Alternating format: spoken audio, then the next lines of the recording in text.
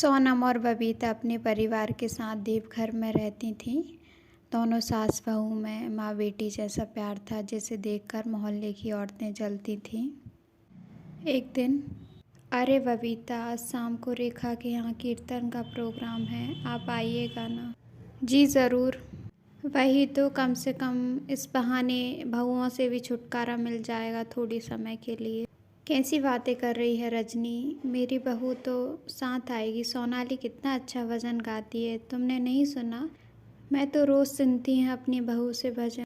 बड़ी आई गुणवान बहू और प्यारी सास, सब नाटक है नाटक। रजनी स्वभाव से बहुत तेज होती है, उसकी बहू से उसकी बिल्कुल नहीं बनती, इसलिए वो बबीता से जलती है। शाम को रेखा के घर। बबीता, आज तो तेरी बहू का भजन सुनकर मन खुश हो गया। तुम्हारे तो भाग खुल गए हैं, इतनी प्यारी बहू जो मिली है। वो तो है रेखा। रजनी दूर खड़ी होकर सब सुन रही होती है। इन दोनों सास बहू का प्यार तो मैं निकालती हूँ। अगले दिन घर के बाहर खड़ी होकर रजनी सोनाली को आवाज़ लगाती है। सोनाली, ज़रा बाहर तो आना बेटा। जी आंटी जी, कहिए। पता है, कल सुबह बबीता मंदिर में कह रही थी कि उसकी तो किस्मत फूट गई जो ऐसी बहू मिली है। अच्छा, माँ जी गुस्से में थी इसलिए कह दिया होगा। आप तो जानती हैं माँ जी मुझसे कितना प्यार करती हैं। वो तो चाहती ही नहीं थी तुम रेखा के यहाँ आओ। वो तो मैंने उसके कहा कि बहू को भी लिया, दिन भर घर में घुसी रहती है, तब उसने माना मेरी बात को। वो क्या है आंटी जी, घर में बहुत सारा काम रहता है, इसलिए माँ जी ने मना कर दिया होगा आपको। फिर भी वो मुझे लेकर आई और घर जाकर उन्होंने मेरा काम में भी हाथ बटाया। अगली सुबह मंदिर में। कल तेरी बहू आई थी मेरे पास।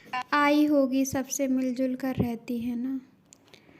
नहीं, तेरी बुराई कर रही थी, बोल रही थी मेरी सास ने तो मुझे नौकरानी बना कर रखा है, दिन भर घर का काम करवाती हैं और खुद आराम करती हैं। ज़्यादा काम करके थक गई होगी बेचारी, इसलिए कह दिया होगा। वैसे तो काम तो वो बहुत करती है, मुझे आराम की आदत उसी ने लगाई है। तू भी थोड़ी सख्ती बरत, नहीं कल को तेरे ही घर से तुझे निकाल दे। कैसी बातें कर रही है रजनी, मैं तो कहूँगी तू भी अपनी बहू से बेटी जैसा प्यार कर और इधर उधर की बातों में ज़्यादा ध्यान मत दिया।